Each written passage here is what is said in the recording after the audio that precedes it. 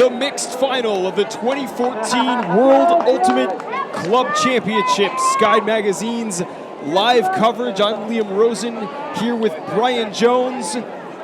San Francisco Polar Bears take on Minneapolis Dragon Thrust in a rematch of the 2013 USA Ultimate Club Championship Finals. And they already played, went 1-1 at US Open against each other. It's a high-powered matchup, as usual in these finals. Two American teams duking it out. We expect this one to be just a great game. Both of these teams make it to the finals.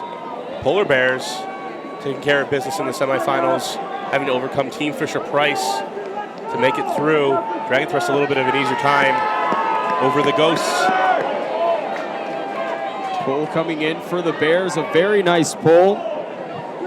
Center to Austin Lean. He's been the rock for Dragon Thrust in their quarterfinals game. He was perfect in that quarterfinals game. Not an incompletion or a bad decision. To Haran. Haran is another one of these players we'll have to watch out for in Dragon Thrust. Big time receiver, plays in the AUDL, just got AUDL All Division Midwest honors. Announced last week. Glader centers to Bacon.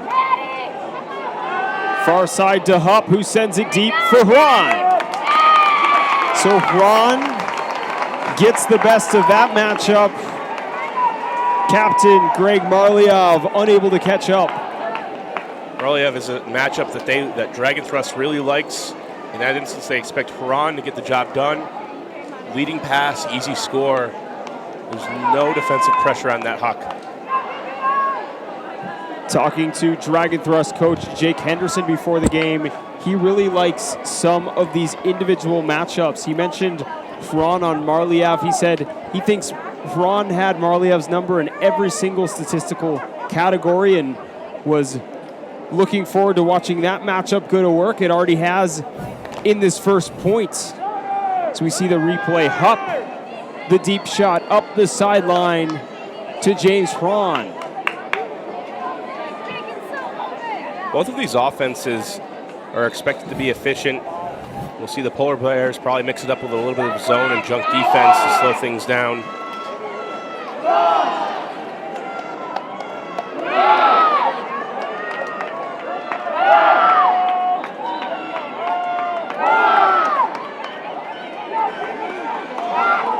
Pull coming in for the Polar Bears. Natasha won to Clay Miller. Polar Bears suffered a lot of turnover from their days last season. Some players like Simon Higgins moving on to Revolver. 10 new people to integrate a different squad.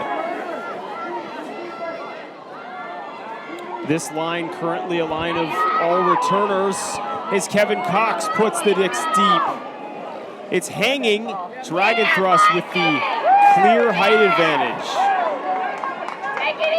Start favors Dragon Thrust, who scored easily. They love the deep game, and they know how to complete it and also defend it. Robin Wiseman. Hemish sending the disc deep. And the layout score from Mike Peterson. Bookends to bring Dragon Thrust to 2-0. Getting the break early is very key in these matchups. It's going to force Polar Bear to be on the ropes. When you can get out early in front, you have the confidence. It forces the other team to adjust. So Hemish, deep dish, Mike Peterson. He wasn't in the end zone. At that point, knee, first point of contact. As we saw in that initial replay, we'll take a look again. Hard to see from that line. There are actually two lines because this is a soccer field. We're playing here in the Municipal Stadium of Lecco. So Mike Peterson getting it started early for Dragon Thrust.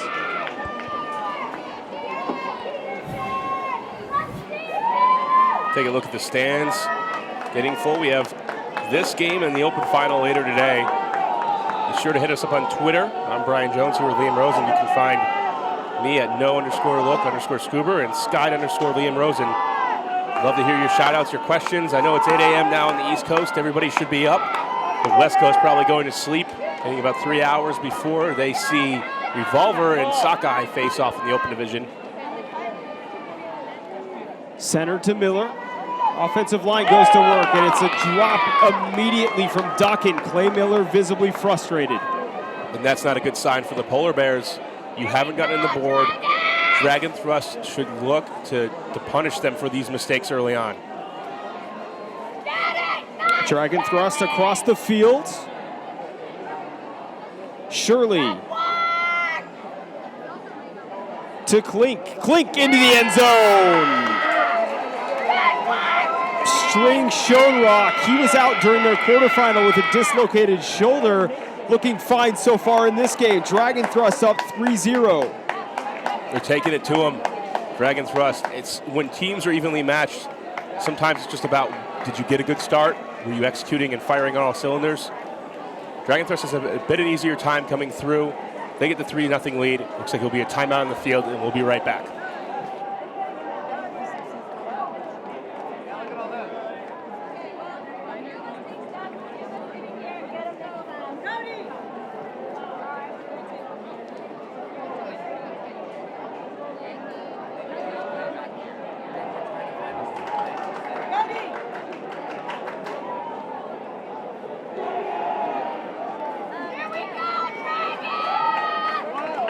By 3 right now. Is it ice?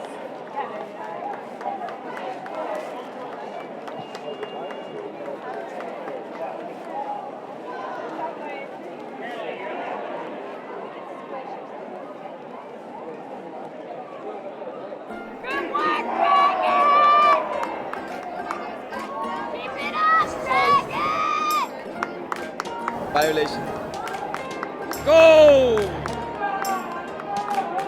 Bravo! Timeout.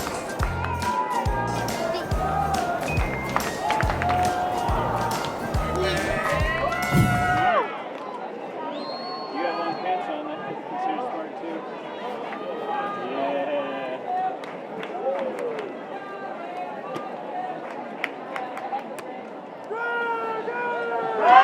A very slow start for Polar Bears.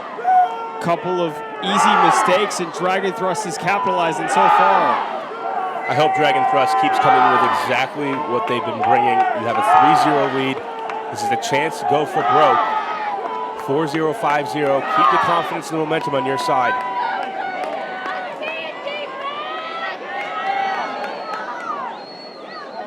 Pull coming in for Polar Bears. Hesitation. Another easy mistake from the Polar Bears, and if things continue like this, it's going to be a tough game for the San Francisco-based outfit. We saw Dragon Thrust have a kind of a sleep first half. Hemish into the end zone for Dragon Thrust. What a start for Minnesota. Alicia Carr getting down for the score. 4-0 Dragon. We saw Dragon Thrust in the quarterfinal come out what I would call asleep at the wheel. Talking to their coach before the game, he said, maybe we were a little bit. Since then, Dragon Thrust have been playing their best ultimate. They were down 9-7 against Cambridge in the quarters. They ran away with that game, winning, I think, 17-12. And here they've gotten off to a great start.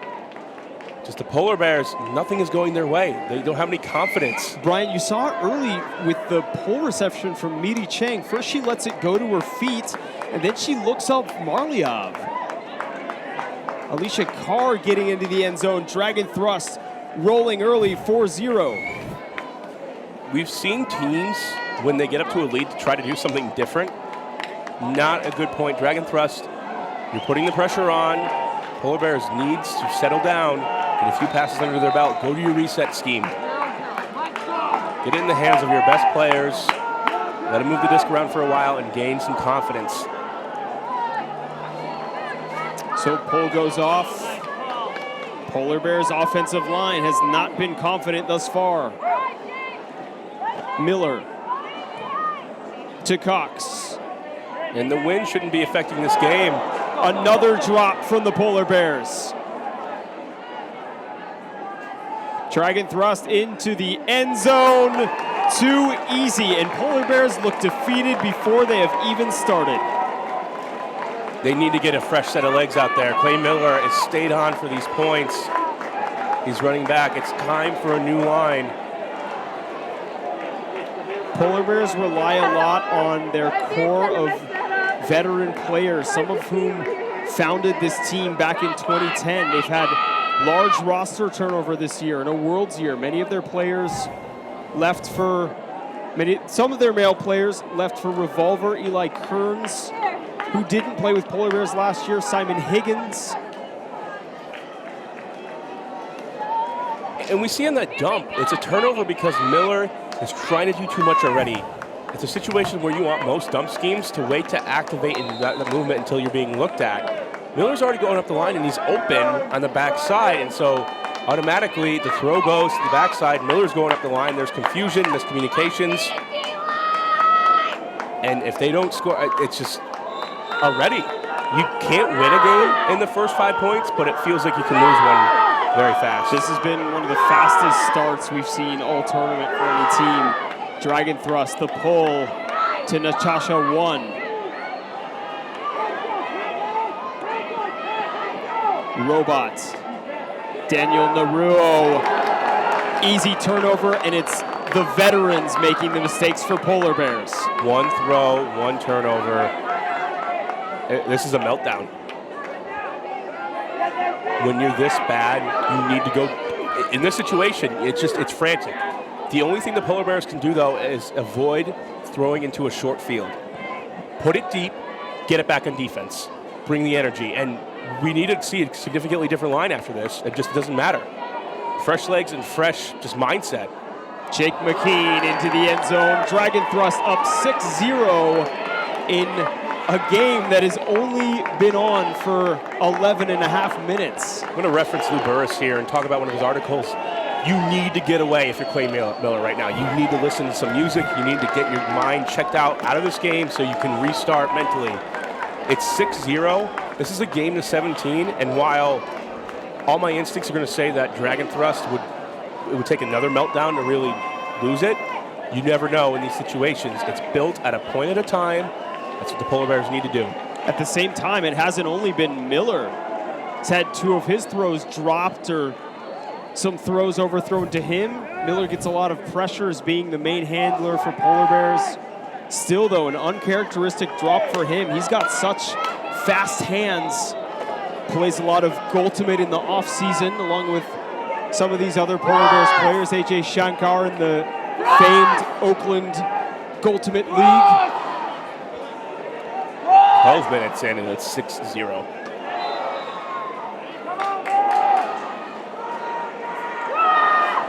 Polar Bears just needs to start with one in this game. They can get back on defense and do what they do best. Chialvo with the disc in for Polar Bears. Chialvo's going to put it deep right away. Marliov is there. Marliov looks like he towed the line.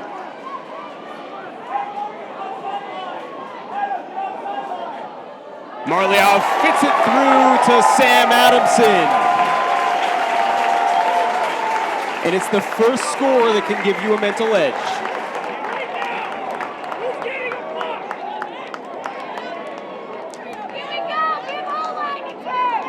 Sam Adamson,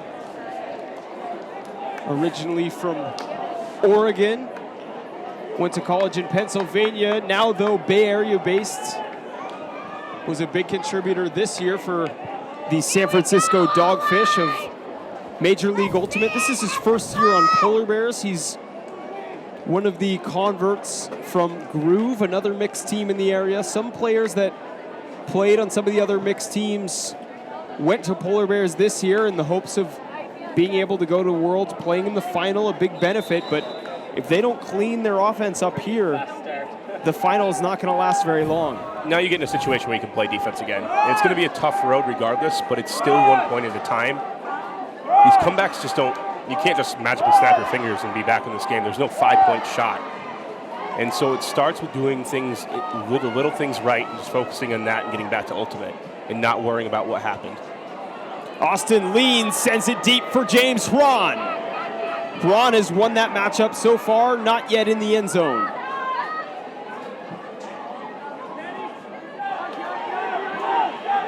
Hron over the top. Bob with the D. I love the strategy that the Polar Bears had of just chucking it deep on the first point, first throw of that possession, because they hadn't been able to complete any short passes. If you're going to make a turnover, make them go 70, play some defense. And they had a golden opportunity to break. Bob Madden with the D there, but the mistakes cost the Polar Bears the disc. Tallis Boyd with it now for Dragon. Some significant injuries for Dragon Thrust. Drescher out with an ankle injury. Sonny Zaccaro tries to get up for the D, but Austin Lean comes down with it. Lean up line to Boyd. To Hron. Hron into the end zone. Sonny Zaccaro! So Polar Bears defense coming alive. Get this one, you're back in this game. You may still be down by 4. You can feel better, get some confidence. That's what they need.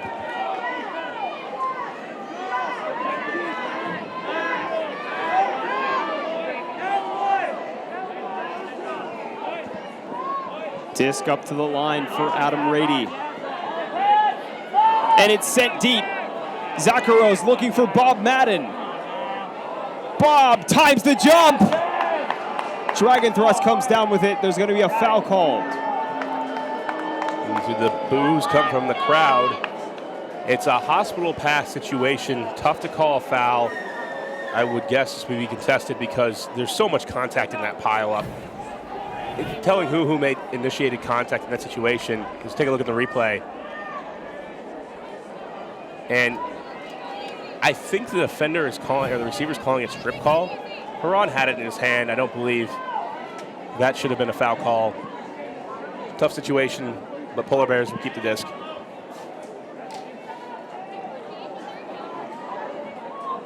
Sonny Zaccaro with the disc again for the Polar Bears.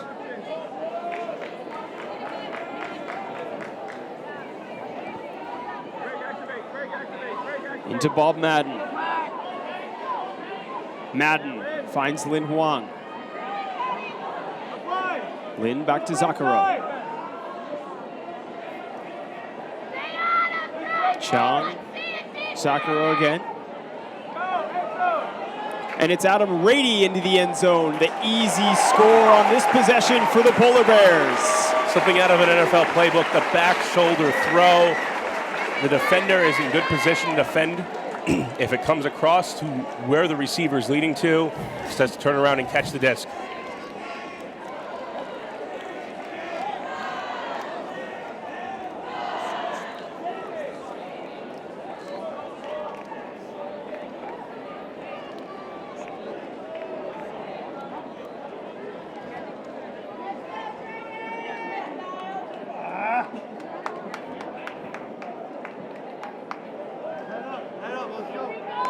This is an opportunity for Polar Bears to continue the momentum as we take a look at that foul call again and back now to the goal. Don't like the foul call in that situation. It's tough in those hospital passes. This is an opportunity now with Polar Bears getting 2 points on the board. They were talking about throwing a little bit of junk defense to try to contain the deep throws, and Hron has been wonderful so far in this offensive line. Lean has been so good at putting it deep. They're going to have to do something to get it out of Lean's hands.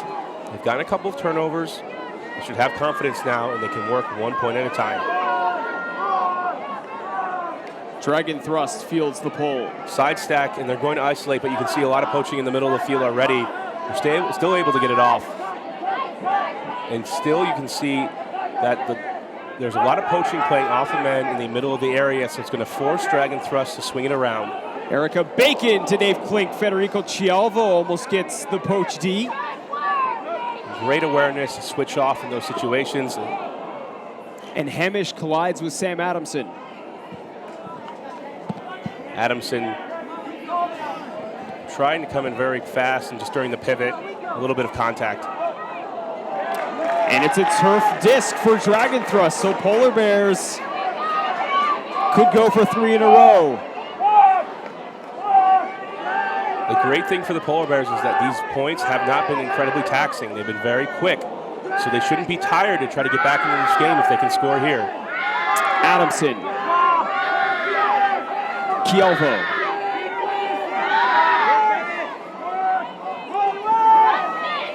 Polar Bears getting turned around. And this is when you can get dialed into the game, and this is great for somebody like Clay Miller. They're going to find Kevin Cox deep, but it's too far. Even if you're not going to score this point, yes, it will be 7-2. Clay Miller has had some time to feel better about the game right now and come back into this. Let's see if he had an opportunity once Polar Bears get back on offense to check out, check back in. Something that's very difficult to do. Competitive people, just once they get into a bad frame of mind, getting out of that is so incredibly difficult. We've all been there. We've all had games where we're just not playing well and it becomes frustrating, and that's one of the worst things you can do in these situations. Disc swung to the middle for Dragon. Smart, effective poaching by the Polar Bears again, just taking away the look and allowing the back pass. Dragon Thrust ends up in their own end zone. Bacon. Klink. Glader to Hupp. Hupp put it deep before. He's going to try it again to Sarah Mextroth. She's been big in the end zone for Dragon Thrust in the quarterfinal and whips the disc down over the defender. Still 1 point at a time for the Polar Bears, but just a great opportunity by Dragon Thrust. That's what they do best. Sarah Mextroth amping her team up. She was a champion at the World Under-23 Championships in Toronto last year. Shout out to the official photographer of the tournament here at the 2014 World Ultimate Championships. As we take a look at the replay, check out all the photos of today's game on ultiphotos.com. They have great shots throughout the tournament, thanks to our partners. Also thanks to 5 Ultimate supplying all of our swag at this tournament. Sky Magazine jerseys. Here in the navy blue, you can see our cameramen around the field at times. A great crew here in Lecco. We've been at it for 2 weeks. Great opportunity to come out here and watch some Ultimate, and has been fortunate to see all of the great games. Bad skid up 8-4 on El Oso having to win by 2 to advance to power pools. They win 13-11. We saw Universe Point Uno versus St. Beau. Team Box out of Australia. And then the Buzz Bullets, surprise, surprise, take down Ironside. Mike! Natasha 1. Far side for Greenwood. 1.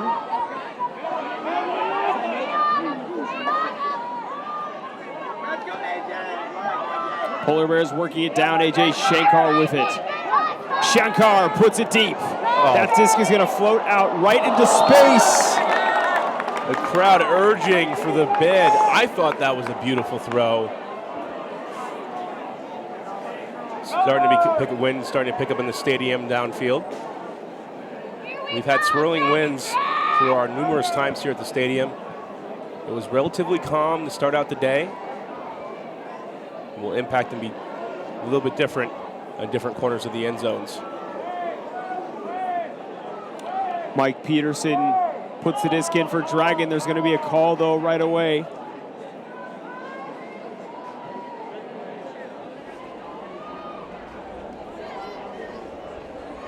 Be sure to tweet at us. I'm Brian Jones here with Liam Rosen. You can check out our Twitter handles at @no_look_scuba and Sky_Liam Rosen. Deep shot.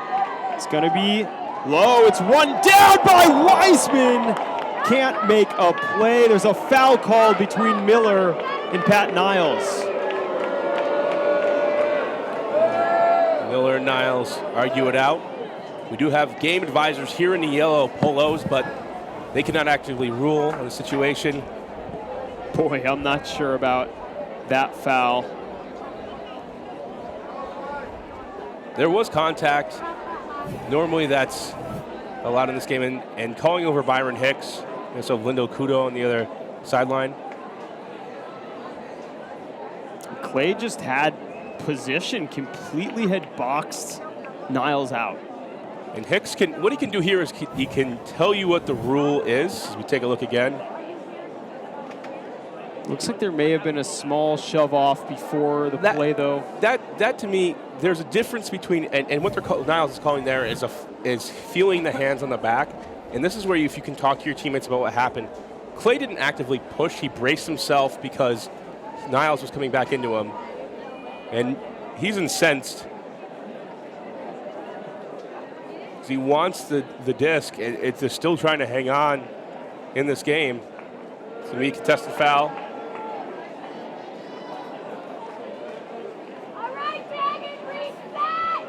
Game is slowed down a bit after a very fast start for Dragon Thrust. 6 points in under 12 minutes. So Dragon going to do it again. Peterson out into space.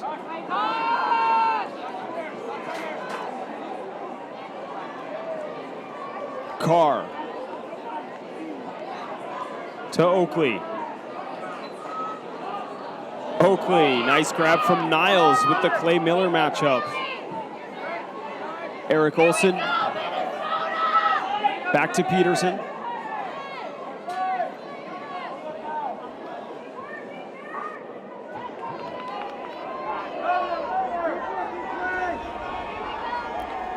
Call downfield. Play restarts. Carr laying out. Still in a bit of a side stack, trying to isolate players on the far side of the field. Another layout from Dragon.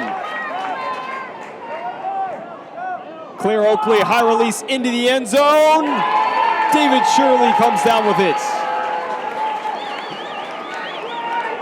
With an 8-2 lead, just absolute command over the game. And still more discussion after the play about what's going on with the foul call. At this point, the Polar Bears just need to worry about themselves.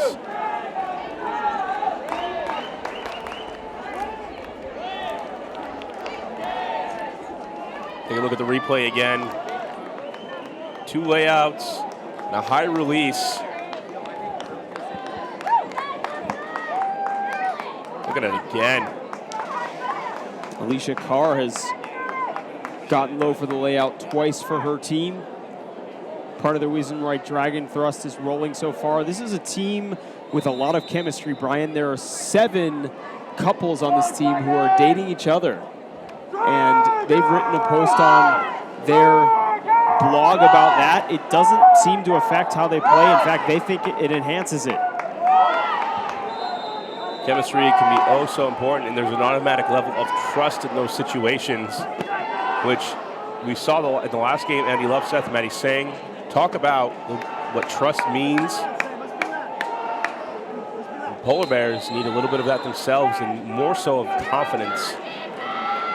They cannot be in the mindset here that they need to get it all back. Flick pull from Dragon Thrust in the corner to 1.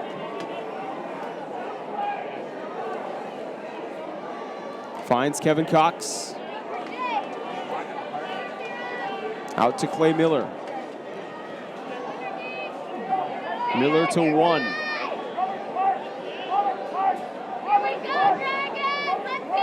Natasha 1's going to put this deep for Kevin Cox. It's floating a bit. Cox will make a play on it. Great read by Kevin Cox. Just to come around that back corner. The wind is pushing these discs to float a little bit. As we come out, we see the flag on the other end of the stadium blowing just enough. Brian, Kevin Cox is limping off the field. I think he might have got injured on that play. It did seem like he may have gotten just his footing messed up. It is soft ground. It was torrential downpour earlier this morning. These fields do drain very well. And we saw Alex Snyder also go out with an injury for Fury in the last game in the women's division. Taking a look at that other read from Cox. Loses the body position, but goes with the right hand.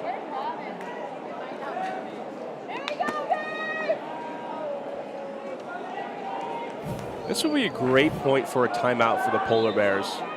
You've used one in the first half, use another one here, and try to get as many points as you can. It's a game of 17, so there's a long time to chip away at this lead. A long pull fielded by Tallis Boyd into Austin Lean. 2-3-2 right away, and trying to force to the sideline. More of a man-to-man switchy defense.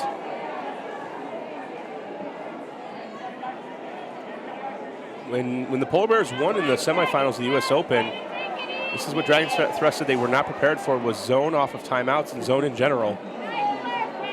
It was windy in that game. Polar Bears did a good job with their zone looks. Beat Dragon Thrust to take the U.S. Open title. And if it gets windy here today, that can change what we're seeing. Polar Bears more familiar with that type of game, especially being from the Bay Area. Pray for a little bit of wind if you're the Polar Bears. That can be the great equalizer, allow you to go on runs.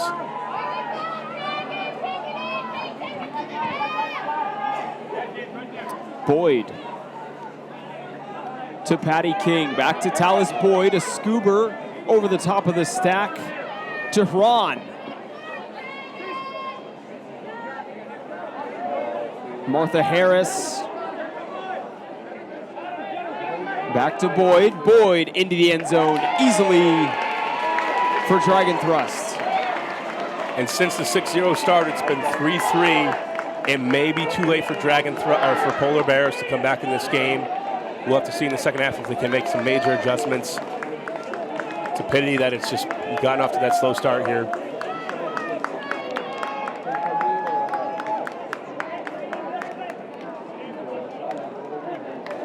So as we go into halftime, both teams will figure out what adjustments they need to make. Polar Bears have been close at getting a couple of breaks, but are going to need a lot more defensive pressure and adjustments to win this game.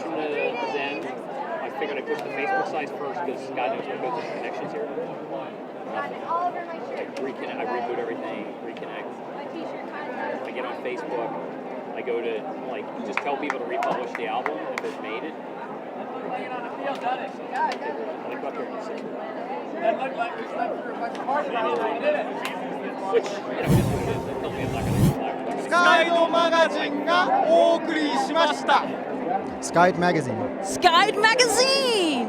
Skyd Magazine. Skydy! Meine Aufgabe ist darstellen und gut aussehen. Skyd Magazine! Guatemala! Skyd Magazine.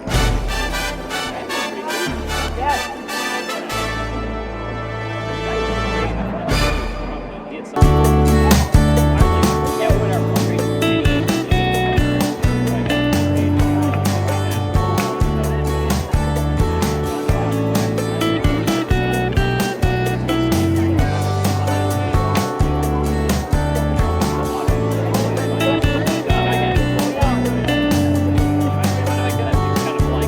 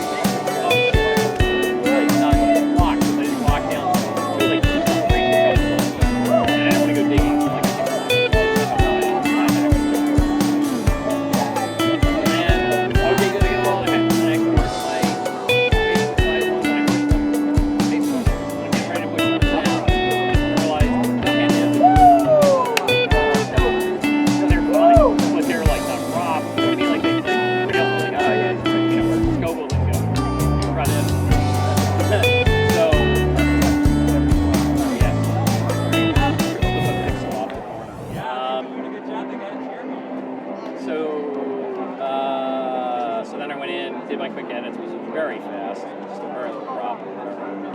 And then I got presets for black levels and push the Facebook size one down and then push them up. Mine are up. Yeah, I have 5 on my Facebook page, which is cool, but ideally I wanted them there and emailed to Jolie and Kevin. Yeah, give it up to the thing. That 6 or put me in a hole. Hey, can I use one of these? That 169. That's sweet. I got excellent. That. Like I like to see that. Not that I would have got myself out of it. More trim with the 3 body stuff, but I got some in general, from having the extra meat in the body, I have good stuff. I don't want to just.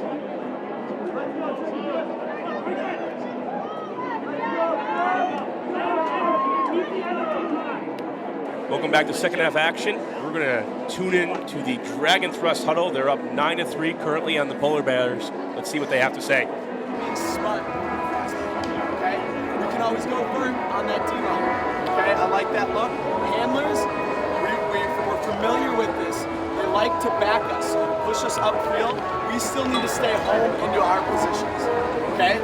So let's continue to do that, and then we can clear upfield, but don't start upfield. Somebody just told me that exact same thing. I'm like, we got Clink with a couple words. Here's the message I really need to impress upon you is that we're down by 3. All right, but I seriously believe that the hardest emotional and mental challenge this team has ever faced is this second half. And that's exciting because we're up for it.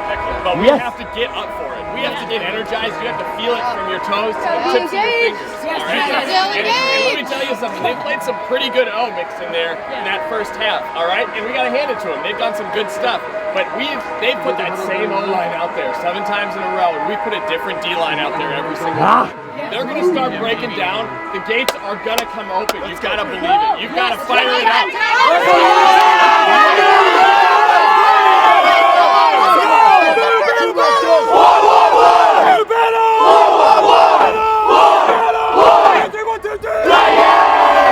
Let's go!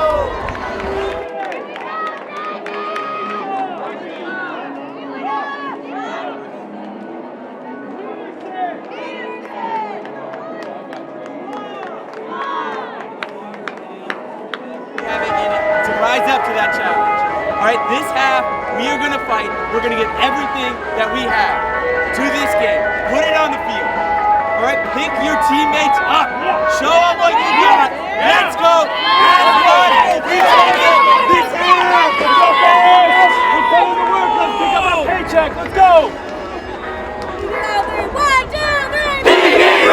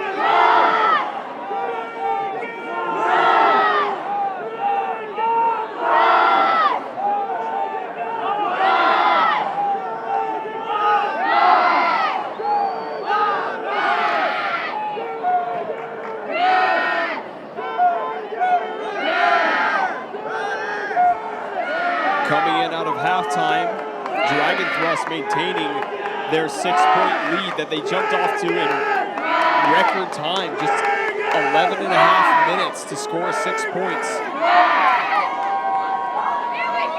It was a complete blitz by Dragon Thrust.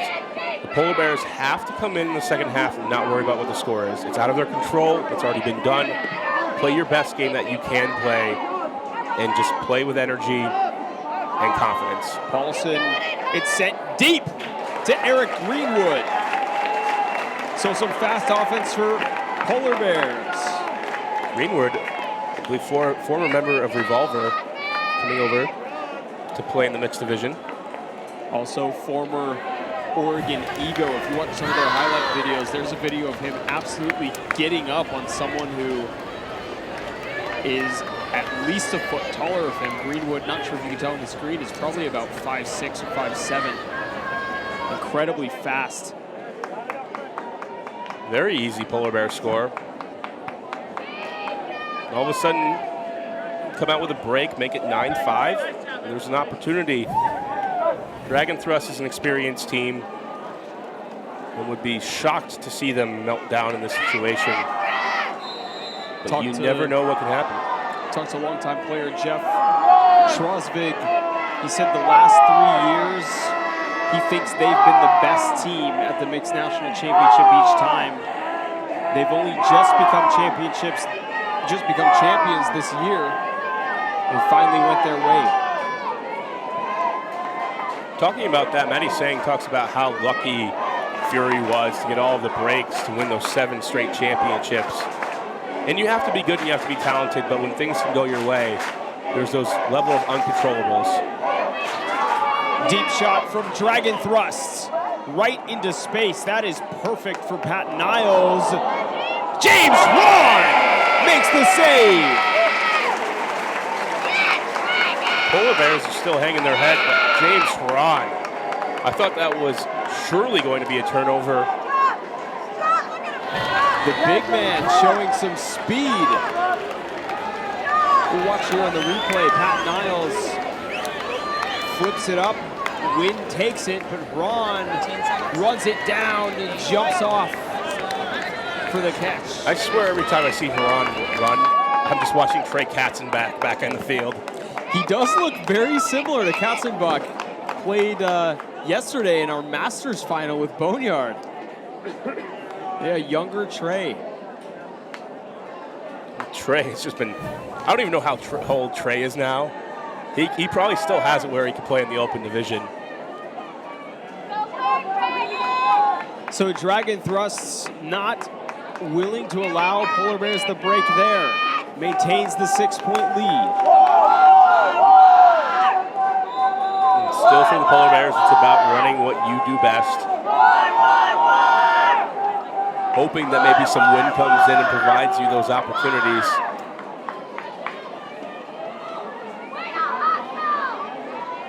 Polar Bears back down the field.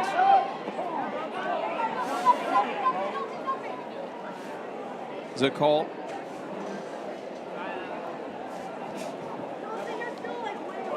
Naruo with it, another member of the Las Positas College squad that founded the Polar Bears.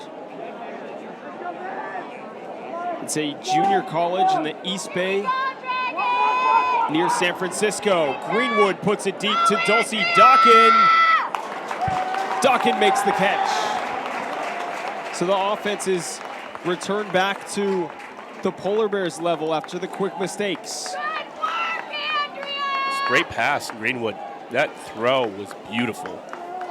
The elite throwers have a way of getting the disc out there fast with a lot of velocity, but also a lot of spin. So that way it just sits perfectly on a line, right to the receiver, can make a play on it, knows where it's going, and make a great read on it.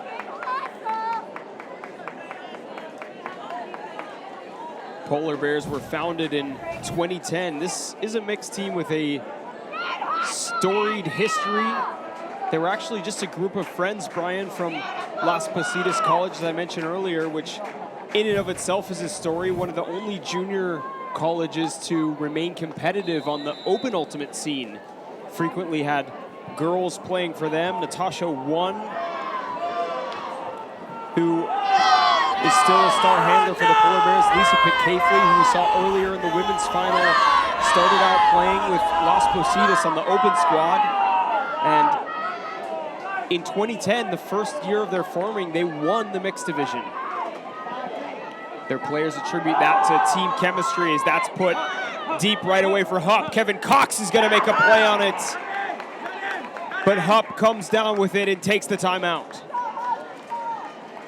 This is not my favorite timeout call because you had numbers and an opportunity to get the easy reset with the defense all out of position. Instead, you're going to line up and get a play going. But at the same time, the defense can now sit up, pretty much figure out what they're going to do. They have a history of knowing each other. Look at that catch. Amid the defensive pressure from Kevin Cox, played this year in the AUDL with the San Jose Spiders.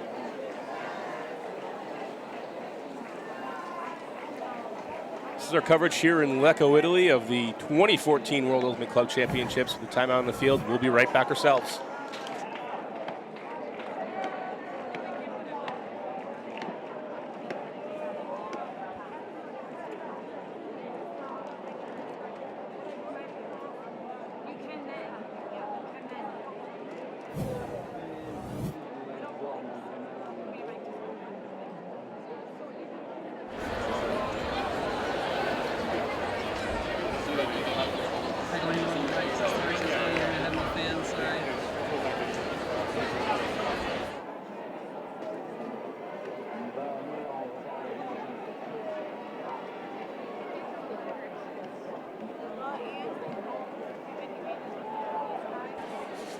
After the timeout to collect themselves, Hupp puts it back in for Dragon Thrusts.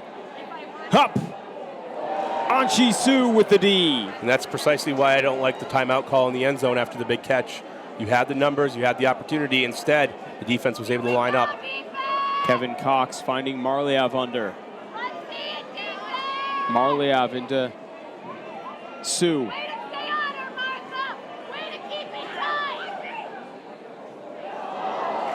And another mistake from the Polar Bears. Austin Lean with the pinpoint hammer to Tallis Boyd. Hammer of the game as Boyd flips it up to Hupp. Dragon Thrust maintained that 6-point lead. What a hammer. You just don't see those throws. It flew on the level through the entire flight path. No arc. Very little wind here today on the field. Austin Lean has been the most impressive handler we've seen in any division in all of our games. Without him, Dragon Thrust wouldn't be at the level they are today. Austin out of Illinois led the Illinois team to 4 straight nationals appearances when he was a player. Let's take another look at that hammer. He's also been a big contributor for the AUDL, playing for the Minnesota Wind Chill.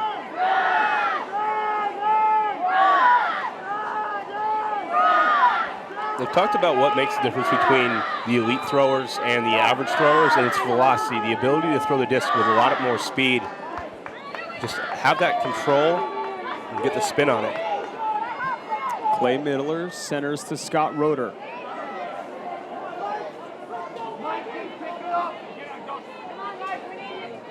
Overthrown again for Polar Bears.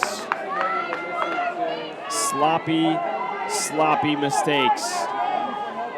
It certainly hasn't been the Polar Bears' day as it continues to go Dragon Thrust. They just had a great start to the game. It's so hard to overcome. Hemish pops it up for the score. Peterson makes it 12-5 for Dragon Thrust. Be sure to stay tuned for more of our coverage of our final game. It's been 2 weeks here in Lecco. We did a week of juniors and came back. So take a look at the replay. Peterson. We talked about Greenwood. Greenwood, an impressive vertical leap, but not much you can do about that matchup. We have the men's division in San Francisco versus Seattle. Revolver versus Sockeye. Matchup we saw in Prague in 2010, Revolver, that started their dynasty.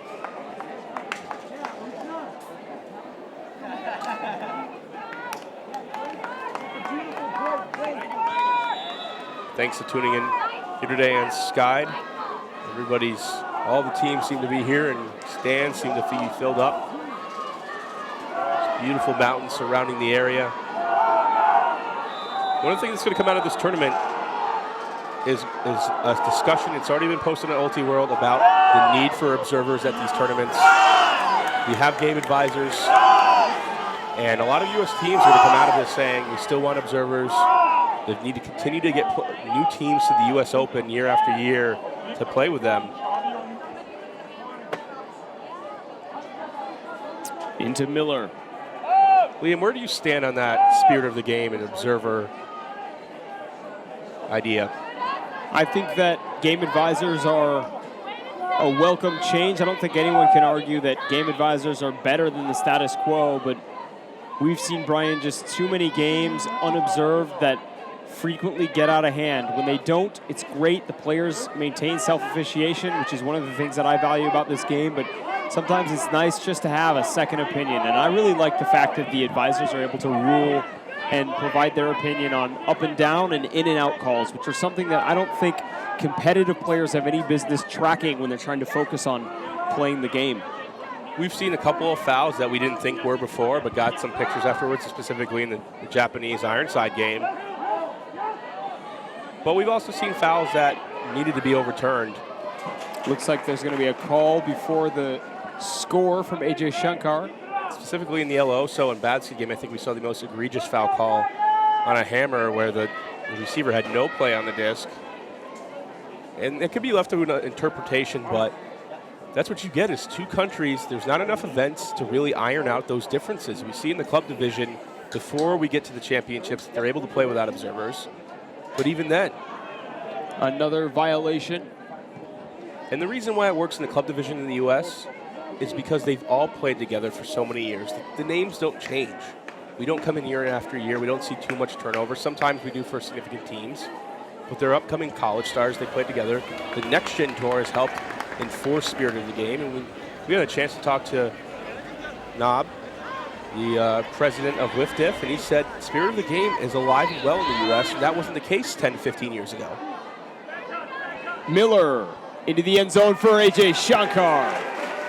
That's that ultimate connection as Polar Bears gets back on the board.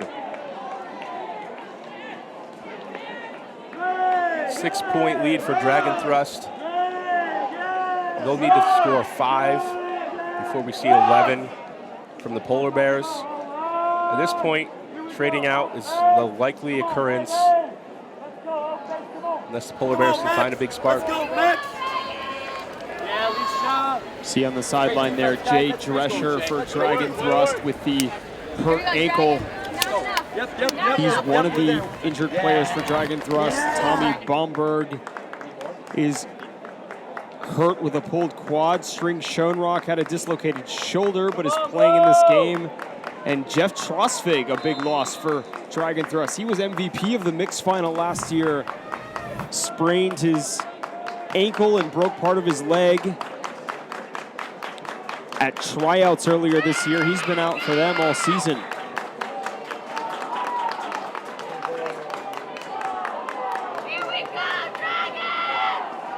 Marliov with the pole. Polar Bears desperately need a break. Side stack. And Lean gets a scooper off to Ron. It's too easy. Ron to Harris. Back to Hupp. Pick called downfield.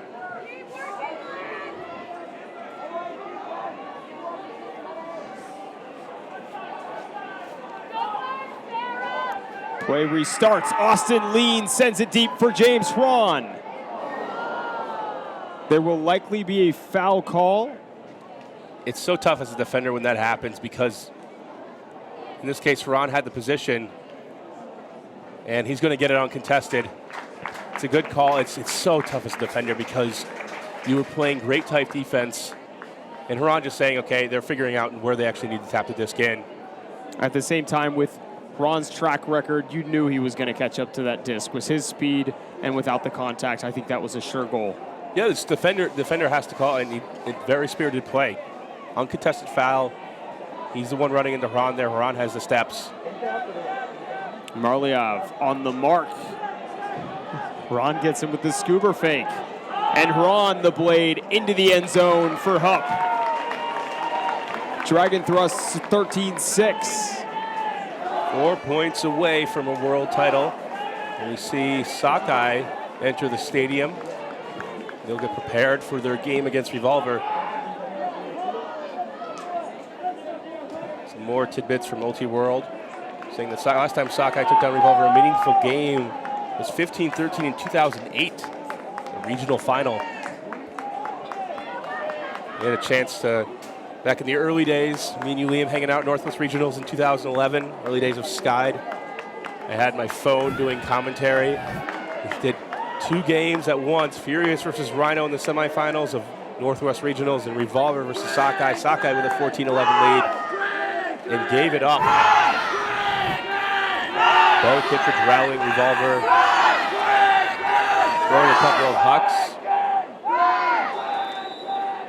That was one of the greatest games I've ever seen. We just saw a slugfest yesterday in the men's division.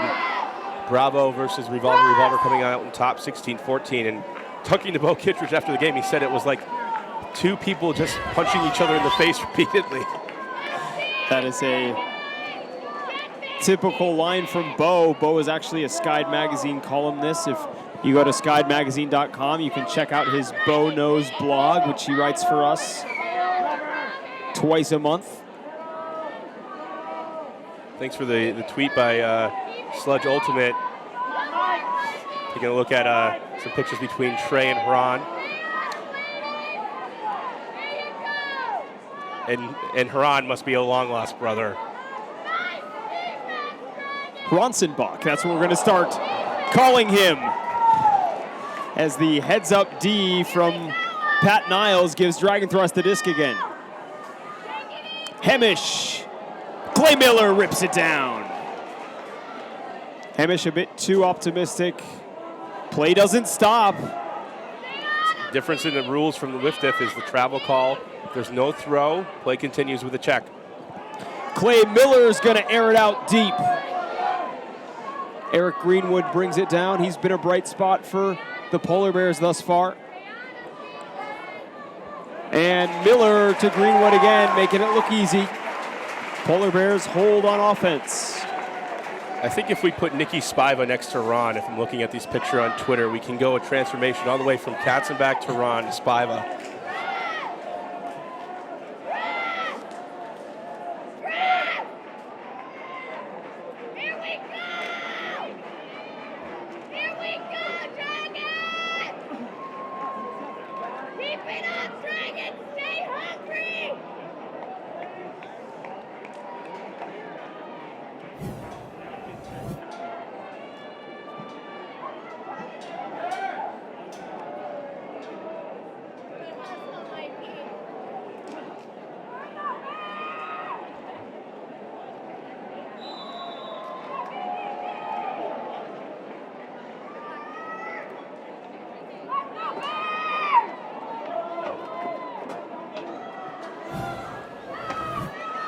Polar Bears not yet able to get the break, running very tight lines in this finals matchup. Lean to Boyd. To Patty King. King gets the dump off to Ron with the athletic one-handed grab. Ron's gonna put it deep. Hupp. Up into the end zone, cross-side swing. There's a call all the way back on the other side of the field. So no goal yet for Dragon Thrust.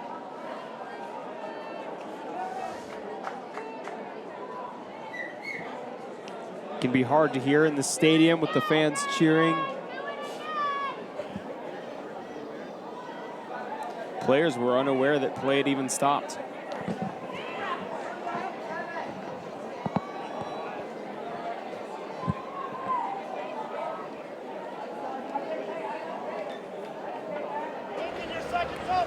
if you're up at all and you've been planning to watch all 3 games, especially those West Coasters cheering for their San Francisco teams and Seattle teams, let us know. Contact us on Twitter. Brian Jones at @no_look_scuba. Liam Rosen at skied_Liam Rosen. Get your body in front. Play check back in. Collision downfield, but no call. Boyd, hand block, but a foul called.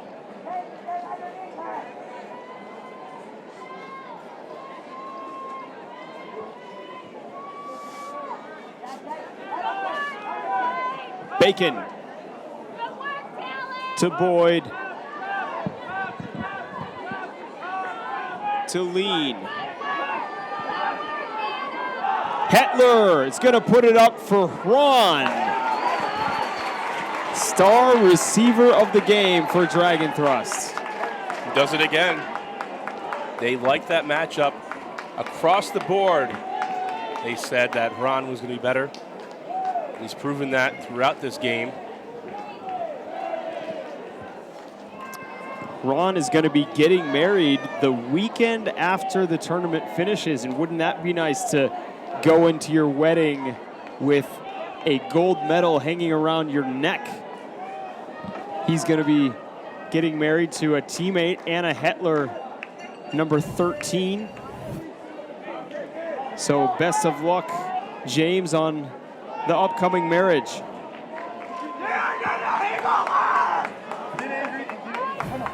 So we had a lot of big moments across this tournament, Liam. What's been your favorite one so far? My favorite moment overall was the catch from Aaron Riedle against Furious George's Morgan Hibbert. It's not every day that Morgan Hibbert gets bested on the Ultimate Field, but you can check it out on Skied Magazine's YouTube channel. I think it's called Awesome Catch, Free Speed over Furious George. And I pretty much went crazy for that one. You can hear my commentary on the call. Scott Roeder sending it deep. Eric Greenwood makes a nice catch. Strip's going to be called. That was a fantastic catch. I guess for this week, I've got to go with El Oso's comeback. I know it was a little bit maligned by those calls, but a final point finding Martin deep, 75, 80-yard backhand for the win, having to win by 2. These credible moments can be seen in our VOD. Greenwood to Shankar with the catch. Polar Bears offense is finally clicking, but it's their defense that can't seem to generate a break against the athletic Dragon Thrust team. They need to make some adjustments, Brian. It's almost too late because there's no adjustment in there's nothing in the playbook that says, all right, flip to page 7, this is how you come back from 6 points down in the world final. You made your bet and you have to kind of lie in it and hope that something goes your way. All you can do is take it 1 point at a time and keep going. I think in these situations you want to tighten up lines in some respects, but at the same time that means you're going to get tired as the game goes later because you have to make up so much ground. They had a few opportunities to actually get back in this game. They could have broken once in that first half, which would have put the score a little bit closer, and that's how you're going to do it bit by bit. There's been no win, so there's no way to really create turnovers, and this Dragon Thrust offense with Lean and Thrawn been unstoppable.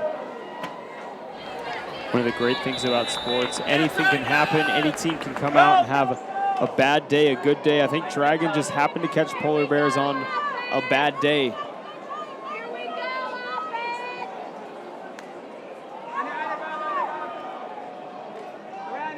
Polar Bears is used to the side stack. They poach very well off of it. Force the disc to go back and forth. Austin Lean's going to send it deep. It's Hupp over Nick Alexander.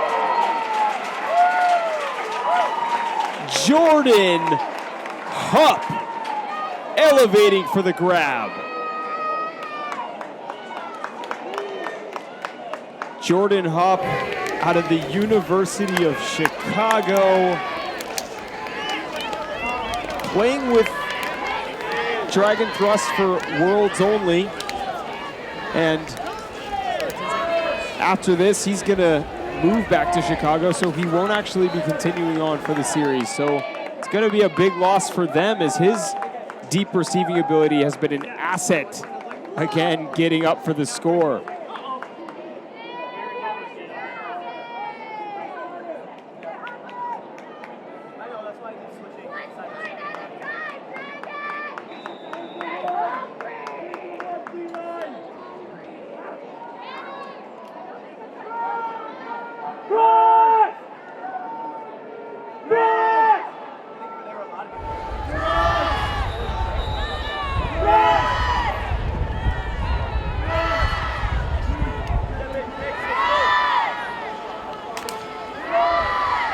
Dragon Thrust just 2 points away from their first World Ultimate Club Championship title.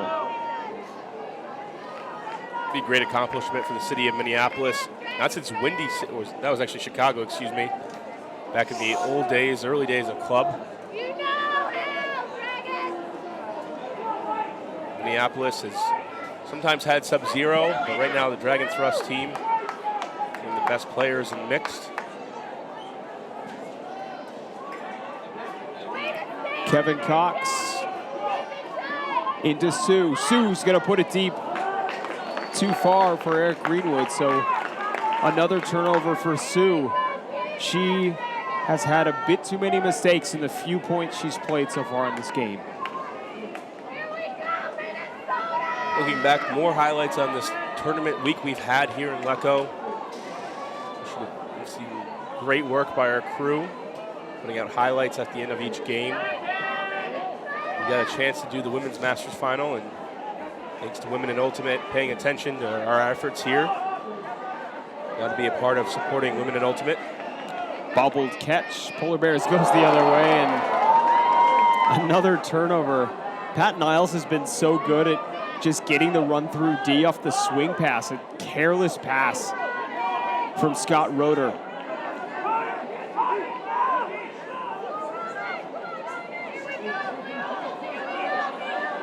Peterson with it. He's going to put it deep.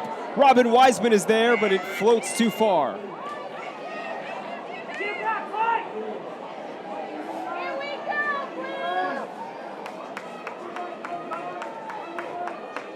Roeder. Call on the field.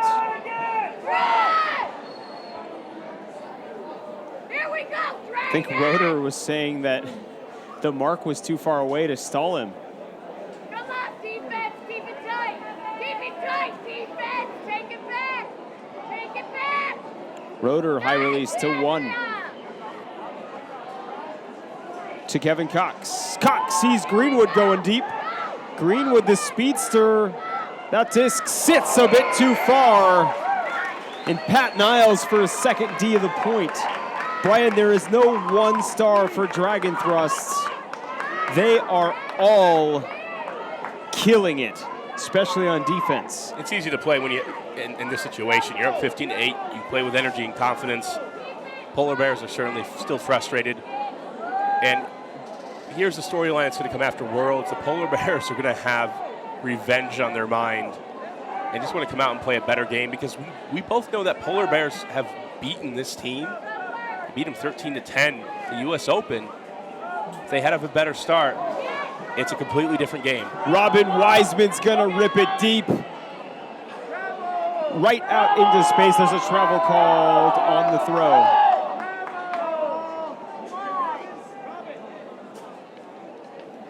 Tommy Bomberg not happy about that after having made spectacular catch.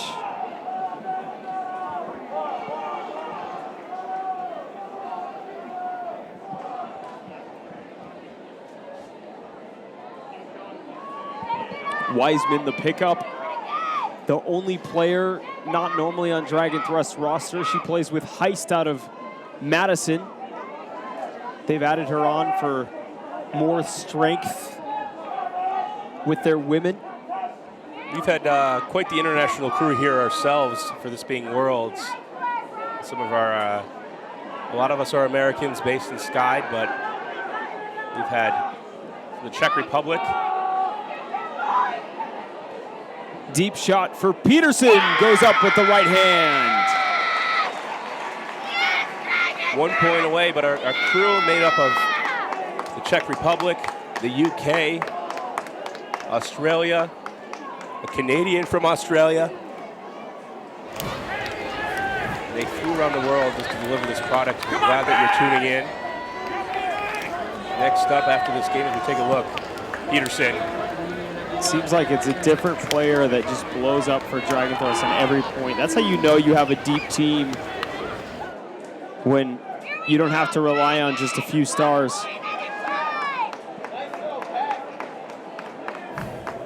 I don't know. At the start of this game, it didn't matter as long as there was some energetic defenders out there, because the Polar Bears were not playing very well. And that 6-0 lead, if you've joined us here in the second half, it was 6-0 within 12 minutes, and we've never seen that type of lead just come out immediately. The Polar Bears have stuck relatively even. They've gone down 2 additional breaks. They'll take home the silver medal after the end of this one, which certainly not going to be happy for them, but still a great accomplishment. Polar Bears back on offense. Rady working against the Dragon Thrust zone. A 3-3-1, trying to trap against the sideline.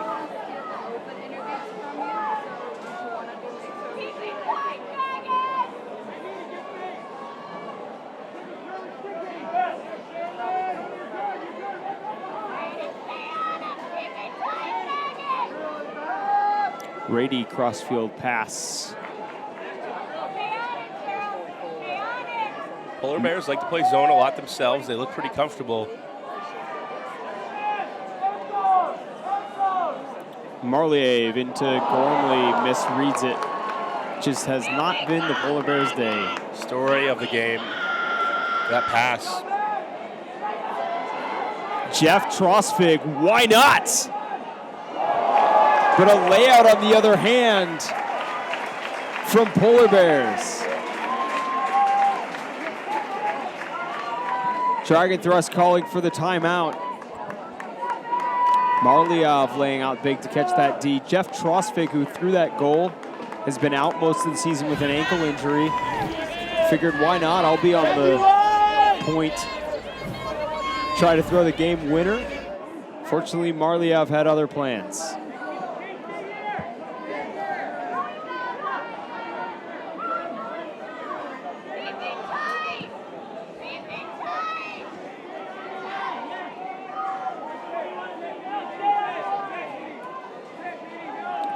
Trosvig told us before the game he'd be on for some of the zone points. He can't run too much. Probably one of the other reasons why he just decided to put it deep right away. Why not? Zaccaro to Gormley. Kirk Gibson was in a similar situation when he played for a Revolver in Sakai in 2012. Came on the field for 1 point in the final, getting the hockey assist. He had torn his PCL during a game against Australia with an incredible D. Foul called. It's hard in those situations. Players want to be a part of, feel like they contributed. Injuries can be so tough on the psyche.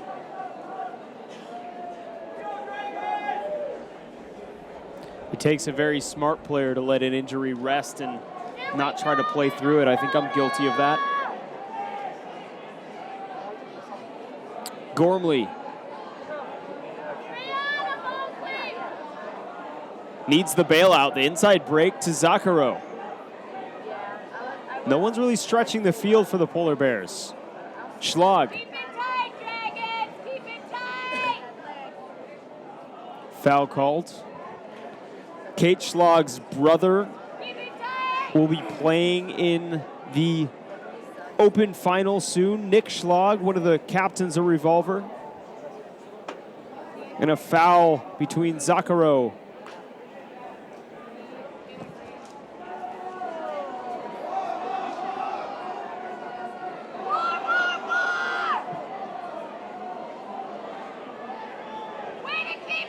Rady into space.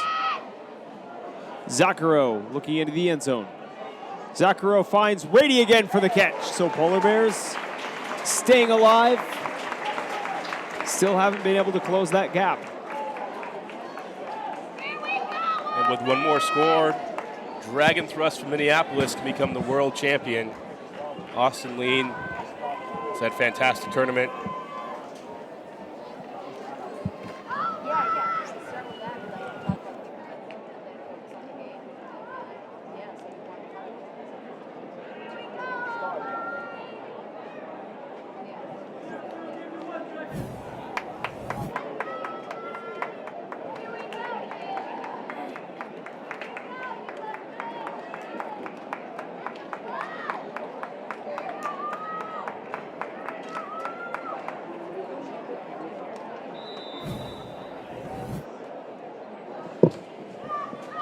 It's going to be the strong D line on the field for Polar Bears. Going to try to force the turn to stay alive. Meanwhile, Dragon Thrust will put on their stellar offensive line. Ron has been working it. Championship point for Dragon Thrust.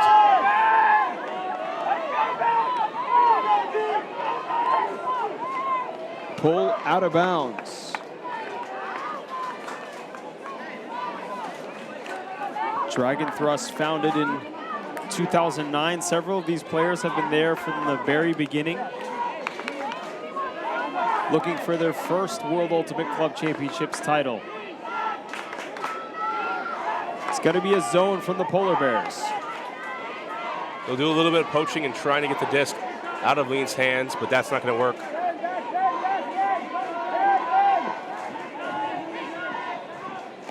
Klink.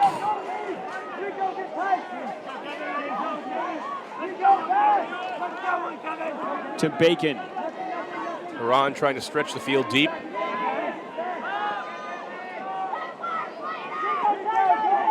Glader. Back to Lean. Hupp. To Sarah Mextroth.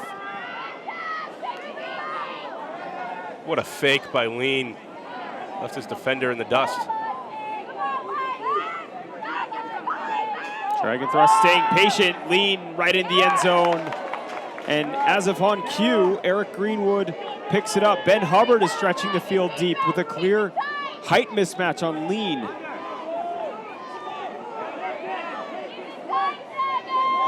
Greenwood to the middle to Mead. Sue.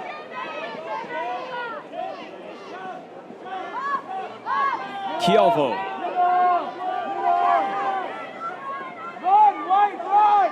Back to Sue. Polar Bears need to keep working downfield. They're jogging. Kielvo finding Kevin Cox in the end zone. So Polar Bears finally get a break. Rare mistake by Lean. Tries to go for the high release over the top of the defense through the middle of the field. Easily picked up by Greenwood.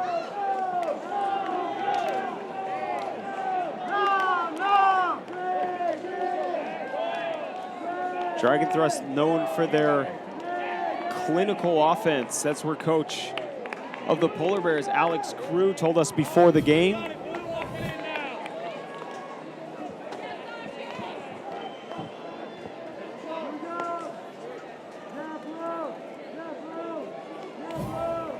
Polar Bears still with a lot of work to do as Dragon Thrust will return on offense.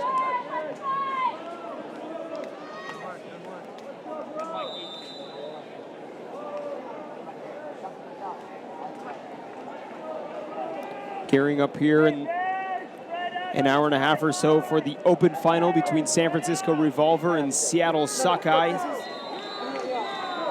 A San Francisco team makes an appearance in every final here at the World Ultimate Club Championships.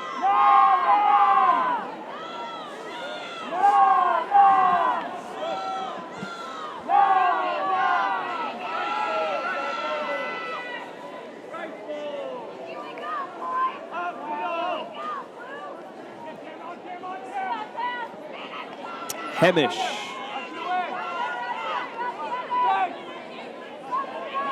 Finds King.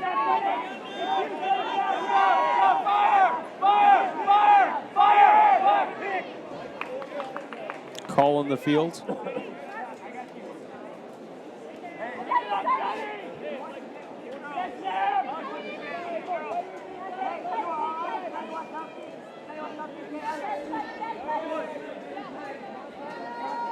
Polar Bears still bringing the pressure and admirable effort still late in the game. King nearly overthrows Boyd. He brings it down.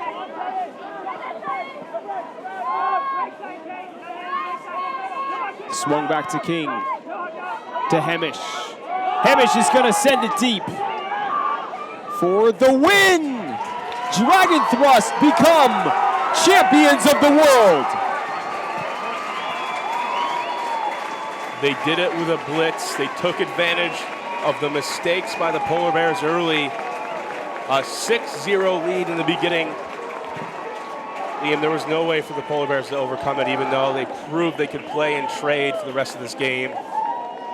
Polar Bears will be left to their silver medal, which is no small feat in itself. But we'll go back home and certainly prepare for the USAU series. We can see another rematch of these two great teams.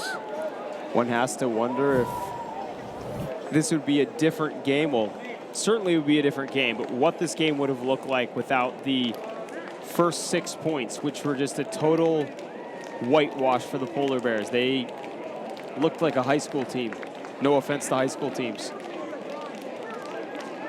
I mean, they certainly will have a lot of talking and adjusting to do as a team, as a lot of turnover on the Polar Bears this year, but quite frankly, it was their veterans that didn't get the job done.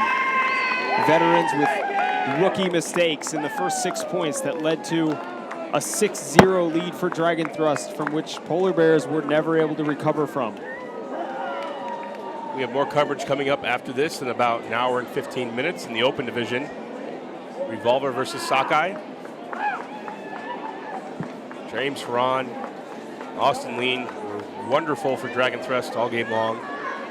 They started things off, and it's not like they had to put it forward and be perfect, because they had that early lead. You can see the beautiful sight here in Lecco. Just picturesque. That mountain just looks even better almost on the screen than it does in person. The skies have opened up. Minneapolis Dragon Thrust, how does it feel to be world champions?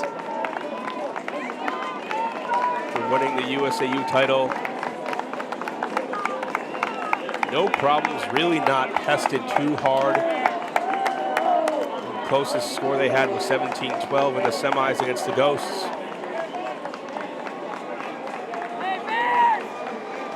The future looks bright for Dragon Thrusts. What a great wedding gift for James Huron and Martha Harris. Or Anna Hetler, excuse me. They're gonna kill me for saying that. Huron and Hetler will be getting married next weekend. The team is flying back from Italy to attend that wedding, and will certainly probably be doing a bit of celebrating for their gold medal as well.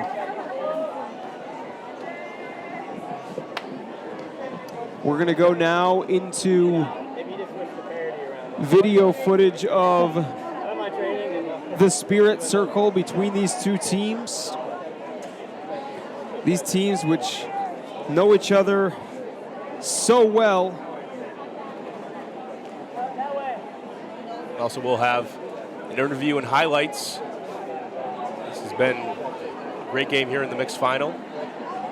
Certainly a game which would have been a lot more entertaining for the crowd, I believe, if it was closer. We did see some spectacular plays from both sides. So stick with us now as we go into video footage of the Spirit Circle and our post-game interviews. This has been Liam Rosen with Brian Jones from Skyd Magazine signing out. You've still fought the entire time, and it is an honor. I'm not kidding, it is an honor to get to come all the way over here and still compete against you guys for the championship. Thank you for a great game. Seriously.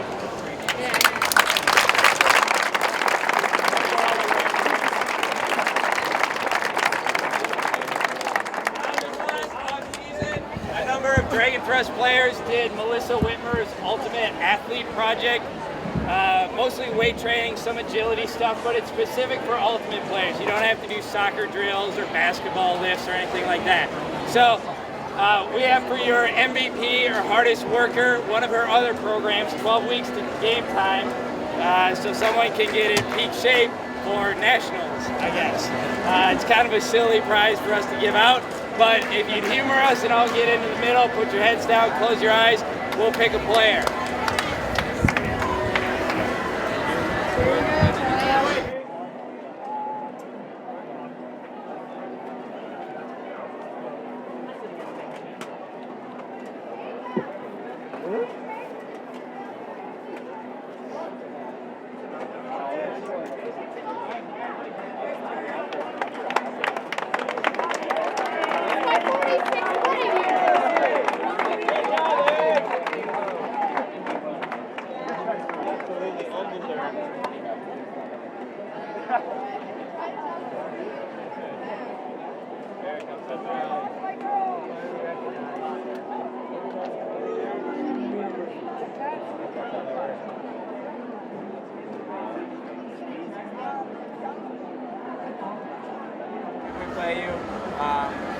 We were really hoping that it would be us and you in the finals. There's a lot of teams that have a lot of talented players that play mixed that come to this tournament. Ghosts and TFP, for example, have a lot of talent, but I think there's two teams that really put in the effort year-round to really commit to this division, and I think that those are the two teams that made finals, and we're really happy about that, and we're really proud of both us and you for that. We came out a little flat. We're sorry about that. Didn't make it the best game, but we fought to the end, and you guys did too, unfortunately for us. But great game, always fun, and we look forward to playing you again soon.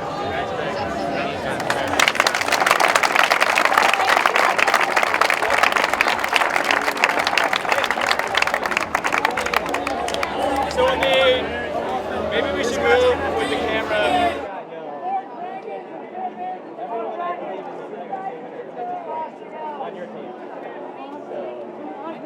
You go. Got it. Our hottest trainer.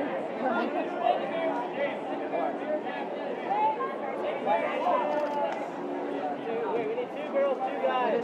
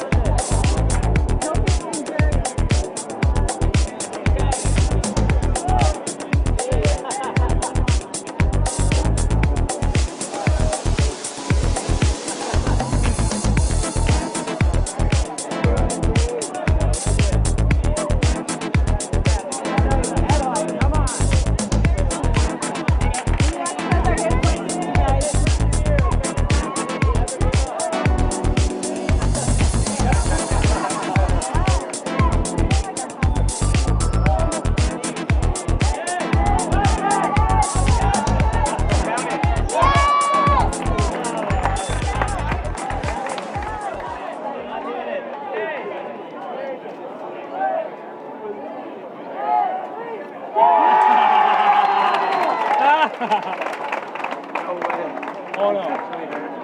No violence. No violence. So let's talk about the final. How did it go for you, James? There was a very big, you got a very big lead at the beginning.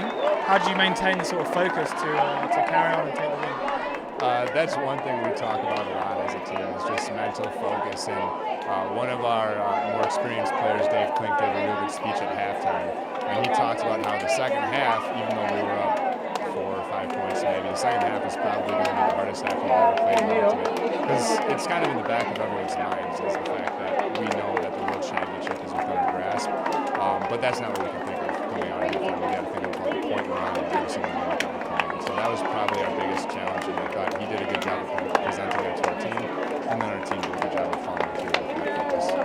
I don't even know. And on the way to the final, you've had some close games, some not so close games. Can you pick out any particular game you've enjoyed the most, apart from the final? I think the game that I enjoyed the most before this game was definitely the Cambridge game. It gave us a lot to think about, and it really helped us prepare to come into these games further on.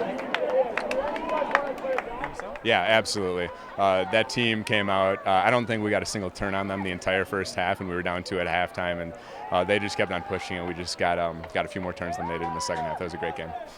And looking kind of forward, you're obviously going to look forward now to USA Nationals, where you will probably be playing, again, Polar Bears and Wildcard and these other American squads.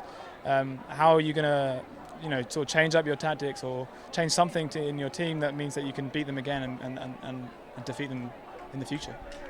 This is a weird year for us because we actually kind of have 2 rosters. Our Nationals roster from last year is the team we played with here. But then a few people moved away and couldn't play with us for the 2014 season in America, and so we have a few different people playing with us. And so we wanted to try our hardest to win every single tournament we go to, but we have a slightly different team, and so that's just a really interesting challenge we've never had before. So I don't think we're really changing our tactics or anything like that. We just want to. Of course, enjoy this. This is pretty great. But then start working together as a team and trying to gel even more as a 2014 USA Ultimate roster, and then improve on towards Nationals. Cool. And finally, just a little message back at home. Go on, you go first. Well, I just want to thank everybody who's out there watching in Minnesota, and we're just so happy that we could come out here and represent such a great state and Ultimate community. Well put. I want to say thank you to everyone as well supporting us. This is pretty exciting. I'm looking forward to being able to text and call people again so that I can talk to all my friends and family back home. Thanks very much, and congratulations again. Tune back in a few more moments for the Open Division final, Revolver versus Sockeye.